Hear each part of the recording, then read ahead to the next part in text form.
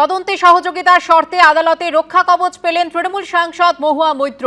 মহুয়া মৈত্রের বিরুদ্ধে কোনো কড়া পদক্ষেপ করতে পারবে না পুলিশ। আগামী 14ই আগস্ট সশরীরে তদন্তকারী আধিকারিকের সামনে হাজিরা দিতে হবে মহুয়া মৈত্রকে, এমনটাই নির্দেশ দিয়েছেন বিচারপতি সৌগত ভট্টাচার্য। তদন্তে সহযোগিতার শর্তে আদালতে রক্ষা কবচ পেলেন তৃণমূল সাংসদ মহুয়া মৈত্র। আদালত জানিয়ে দিয়েছে যে মহুয়া মৈত্রর বিরুদ্ধে কোনো কড়া পদক্ষেপ করতে পারবে না পুলিশ। আগামী 14ই আগস্ট সশরীরে তদন্তকারী আধিকারিকের সামনে হাজিরা দিতে হবে মহুয়া মৈত্রকে, নির্দেশ আদালতে।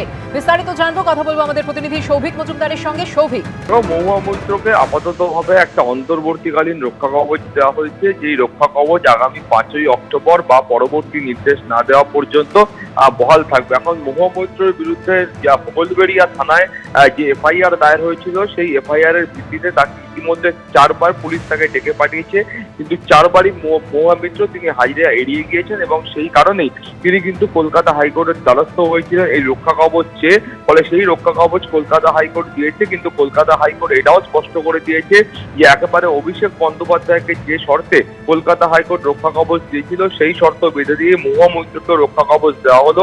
অর্থাৎ এই ইনভেস্টিগেশনের ক্ষেত্রে সমস্ত রকম ভাবে সহযোগিতা করতে হবে। যখন পুলিশের তরফ থেকে তাকে ডেকে পাঠানো হবে, সেই সময় তিনি হাজিরা দেবেন এবং যা সহযোগিতা তার কাছে চাওয়া হবে সেই সহযোগিতা তিনি করবেন। এই মর্মেই কলকাতা হাইকোর্ট রক্ষা কবচ দিয়েছে।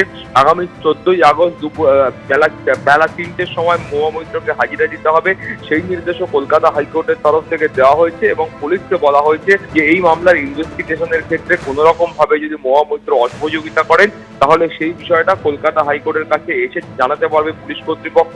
ফলে তুমি বুঝতেই পারছো যে অভিষেক বন্দ্যোপাধ্যায়কে যে শর্তে কলকাতা হাইকোর্ট রক্ষা কবচ দিয়েছিল, কার্যত সেই একই শর্তে মহুয়া মৈত্রকে রক্ষা কবচ দিল, কিন্তু তাকে ইনভেস্টিগেশনের ক্ষেত্রে সমস্ত রকম সহযোগিতা করতে হবে এবং 14ই আগস্ট তাকে পুলিশের সামনে হাজিরাও দিতে হবে।